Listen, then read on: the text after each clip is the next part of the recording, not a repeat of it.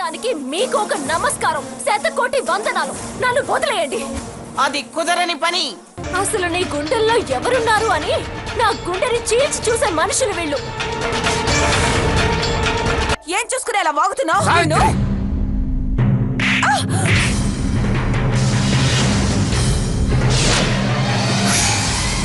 వాడి పెళ్లి చెడి ఒంటరిగా వాడిని ఇంటికి తీసుకెళ్తే, రామచంద్రయ్య నీ ఇంట్లో ఈ జన్మకి పెళ్లి జరగదు.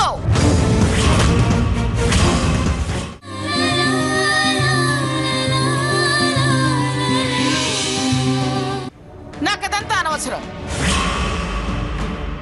నా మనవడితో పాటు మనవరాలు లేకుండా నేను ఈ మండపం నుంచి తిరిగి వెళ్ళను కాక వెళ్ళను. జరగని పని.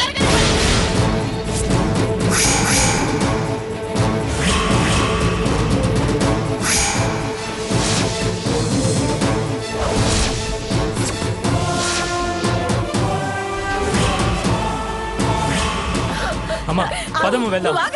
ఆగు శకుంతల, నువ్వు ఆగు. మీరు వెళ్ళిపోతే సరిపోతుందా? వీడిని 10 మందిలో నిలబెట్టి చెప్పు దెబ్బలు కొట్టించాలి. అప్పుడు వీడికి సిగ్గొస్తుంది.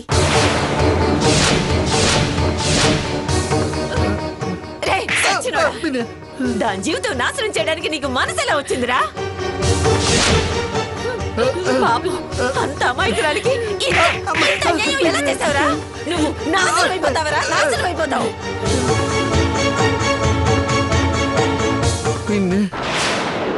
అట్లా శాపనార్థాలు పెట్టమాకు పిన్ని. నా పాపానికి నేను ప్రాయశ్చిత్తం చేసుకుంటాను. కన్న తల్లి లాంటి దానివి అట్టా చేపించక పిన్ని. నువ్వేం ప్రాయశ్చిత్తం చేసుకున్నా దాని పెళ్లి చేయగలవా? దాని మనసు ముక్కలైపోయిందిరా. మళ్ళీ అతకదు, అతికించలేరు.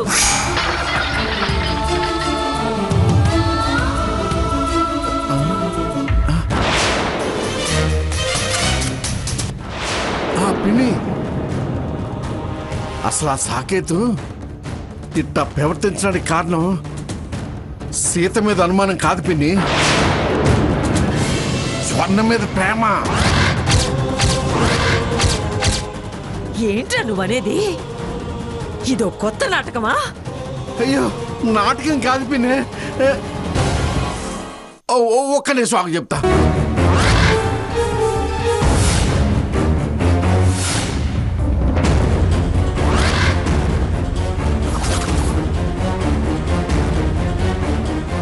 ఇదిగో చూడు పిల్లే, కావాలంటే నువ్వే చూడు.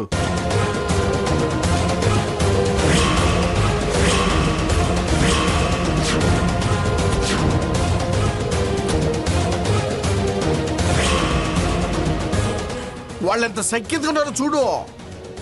సీతను చేసుకోవద్దని అదే అతని కాళ్ళు ఏళ్ళు పట్టుకుని బతిలాడుతుంది. చూడు చూడు,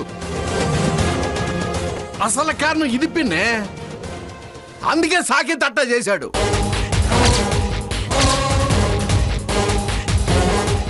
ఇదంతా నిజమేనా? సత్య ప్రమాణకంగా చెప్తున్నా పిన్నే, దైవ సాక్షిగా ఇది నిజం.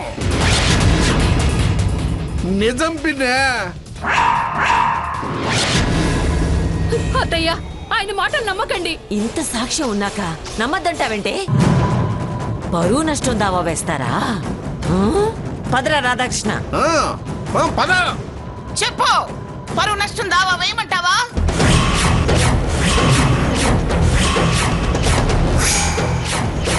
నింద నిజం చేసి దేశమంతా నమ్మేలా చేస్తే ప్రాణాలు తీసుకోవాల్సి వస్తుంది మీరు.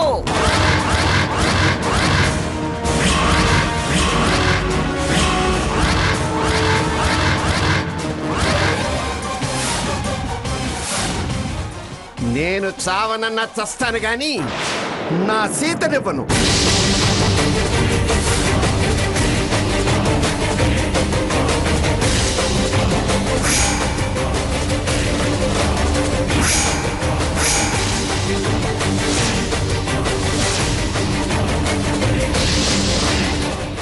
నేను నా మనవడి పెళ్లి జరగకుండా ఇక్కడి నుంచి కదలను.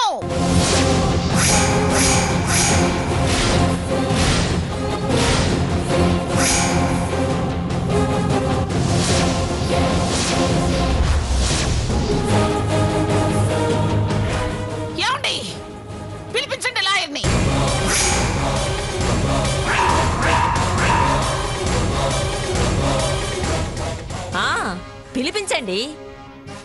ఎవరి మీద ఎవరు పరువు నష్టం దావా వేస్తారో చూద్దాం.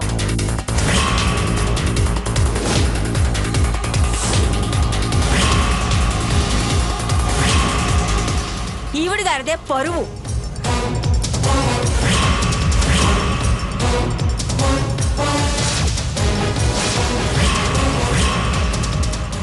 మాకు పరువు ప్రతిష్టలు లేవా?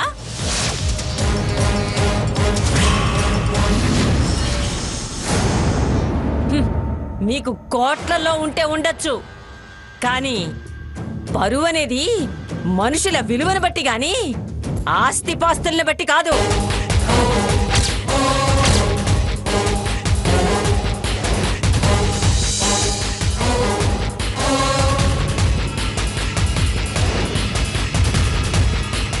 చేసిందంతా నీ మనవడు చేస్తాడు.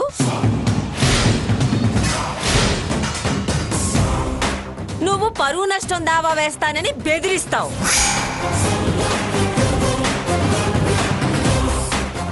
ఎవరు ఎవరిని మోసం చేశారో, ఎవరు ఎవరికి పరువు నష్టం కట్టిస్తారో నేను చూస్తాను.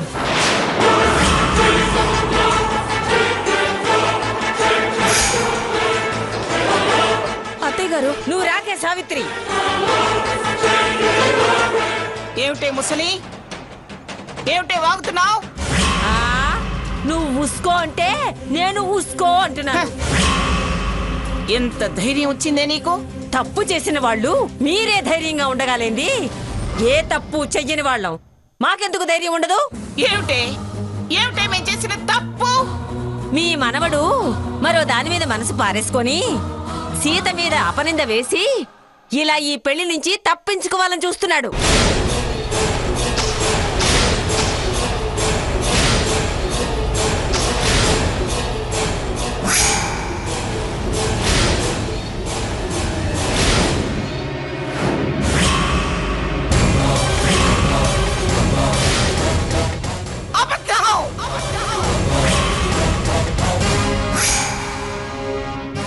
వాడలాంటి వాడు కాదు, వాడలాంటి వాడు కాదు.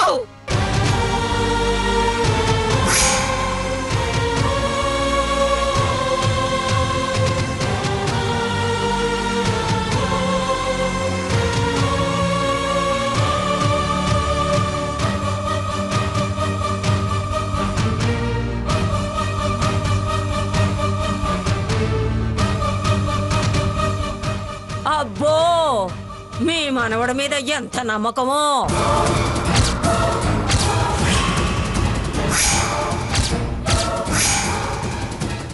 ఇంత పెద్దగా అరుస్తున్నావు.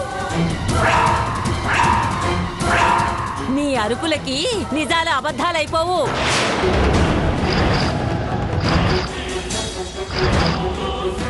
ఫోటోలు బొమ్మలు మారవు. ఇదిగో నీ కళ్ళతో నువ్వే చూడు.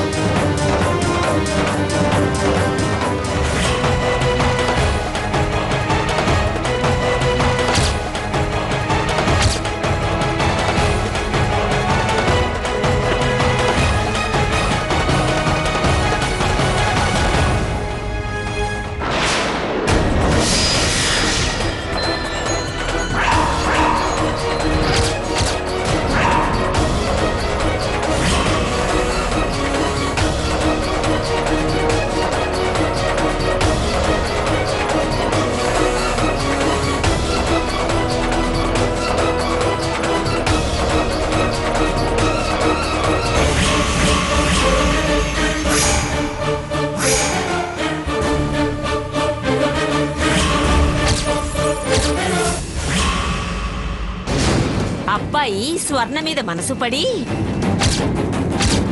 సీత మనసు గాయపరిచి ఇదంతా చేశాడు. సాకేత్, నీ మనసులో స్వర్ణ ఉంటే ఆ విషయం నాకు ముందే చెప్పొచ్చు కదరా. మంగ, నీకు భయపడి చెప్పుండడే. ఇప్పుడు మనసు చంపుకోలేక అలా చేశాడు. తాతయ్య, మనసు సంపుకోలేక కాదు, ఇయే ఫోటోలు నేను గదిలో పెట్టా. అప్పుడు భయపడేలా రూట్ మార్చాడు.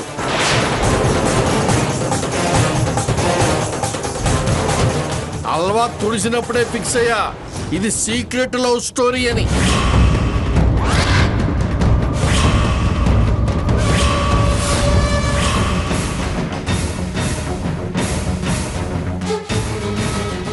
అప్పుడు నా మాటలు కొట్టి పారేసి నన్ను ఎదవని చేశారు. నిజం నిలకడ మీద తెలుస్తుందంటే ఇదే. రాధాకృష్ణ, ఎందుకురా అతని మీద కేకలేస్తావు?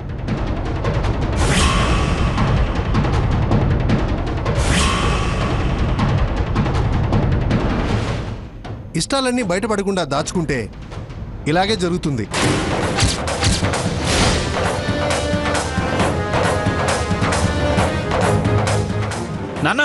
నాన్నైనా అమ్మైనా గ్రాని అయినా తాతయ్య అయినా నిన్నెవ్వరూ ఈ విషయంలో సమర్థించర్రా.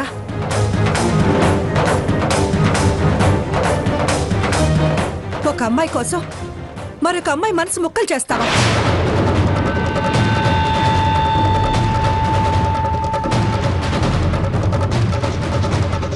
ఇప్పటిదాకా సీత తొందరపడిందేమో అనుకున్నాను, కానీ తను సరైన సమయంలో సరైన నిర్ణయం తీసుకుంది.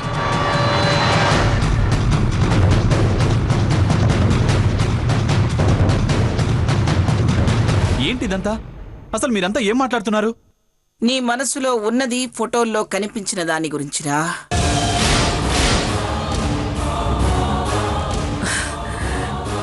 అసలు నిన్ను కాదురా. ఏం స్వర్ణ, నువ్వు చెప్పు, వీడు నిన్ను ఇష్టపడ్డా?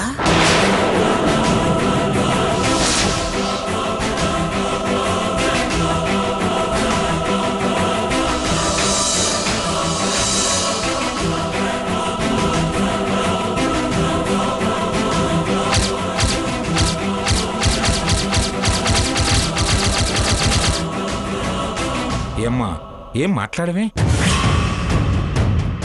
సాకేత్ అంటే ఇష్టమేనా? వాణ్ణి పెళ్లి చేసుకుంటావా?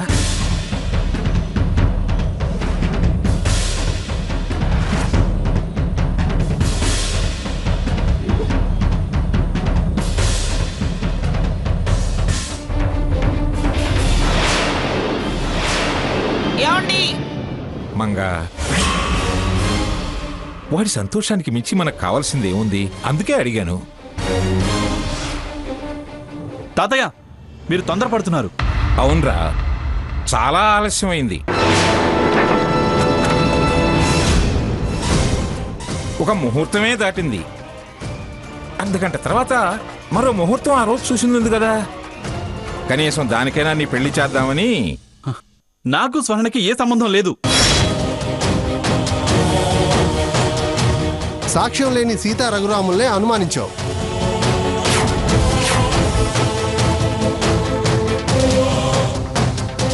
సాక్ష్యం ఉన్నదాన్ని అబద్ధం అంటే ఎలా నమ్మమంటావు? నేను కలిసిన సిచ్యువేషన్ వేరు.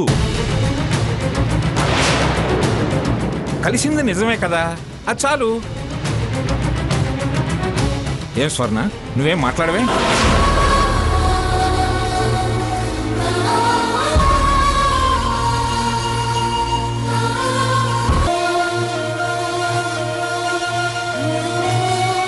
ఏం స్వర్ణ, ఏంటి? వాడి పెళ్లి చెడి ఒంటరిగా వాడిని ఇంటికి తీసుకెళితే, రామచంద్రయ్య, నీ ఇంట్లో ఈ జన్మకి పెళ్లి జరగదు. సీతదే కాదు, దాని తర్వాత ఉన్న ఎవరి పెళ్లిళ్ళు జరగవు. అంతేకాదు, పరువు నష్టం దావా వేసి మిమ్మల్ని బజారు కిడుస్తాను. రేయ్, అంతకంటే ఇంకేం చెబుతుందిరా?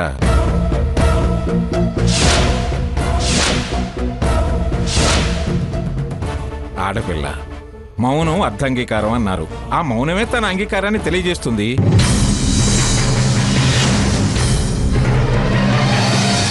మీరంతా ఆగండి.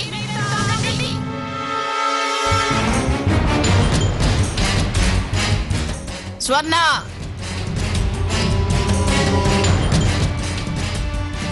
నేను అడుగుతున్నాను, ఇదంతా నిజమా?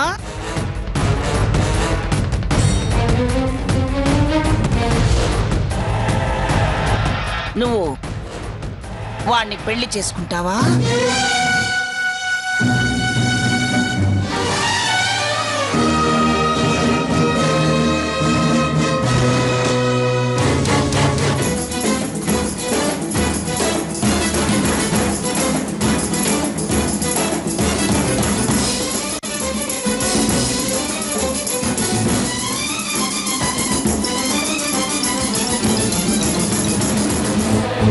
సీత నా మనవడి పెళ్ళాం అయ్యేంత వరకే ఆ దరిద్రపు మనుషులతో మాట మంచి 3 ముళ్ళు పడ్డ తర్వాత ఇక తను మన ఆస్తిలో ఒక భాగం అవుతుంది. చెప్పినట్టు విని తలొంచుకొని బతకాలి.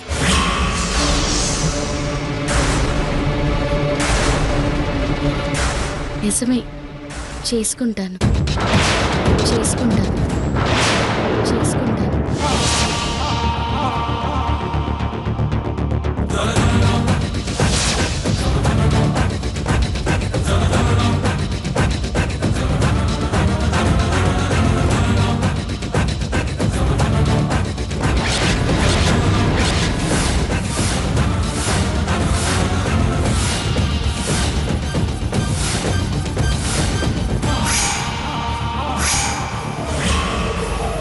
గ్రానీ, నువ్వింకేం మాట్లాడక సాకేత్.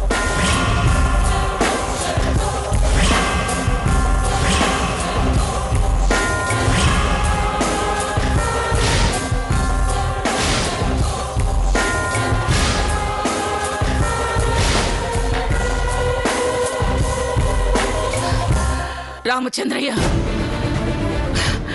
నా మనవడి పొరపాటుకి నిన్నన్నాల్సి వచ్చింది. రామచంద్రయ్య, నా మనవడి పొరపాటుకి నిన్నన్నాల్సి వచ్చింది.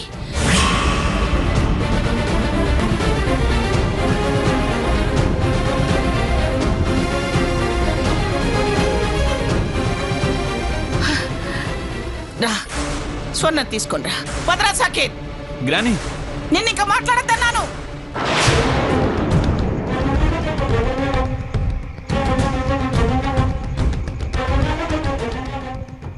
తీసిన పరువు చాలు.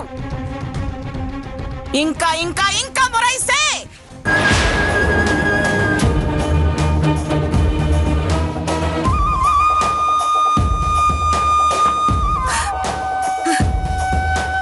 నేను మరో నిర్ణయం తీసుకోవాల్సి వస్తుంది.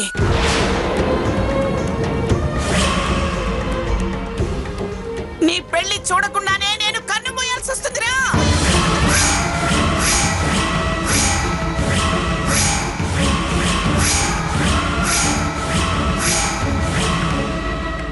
నేను చెప్పినట్టు చెయ్యండి. స్వర్ణ తీసుకోరా.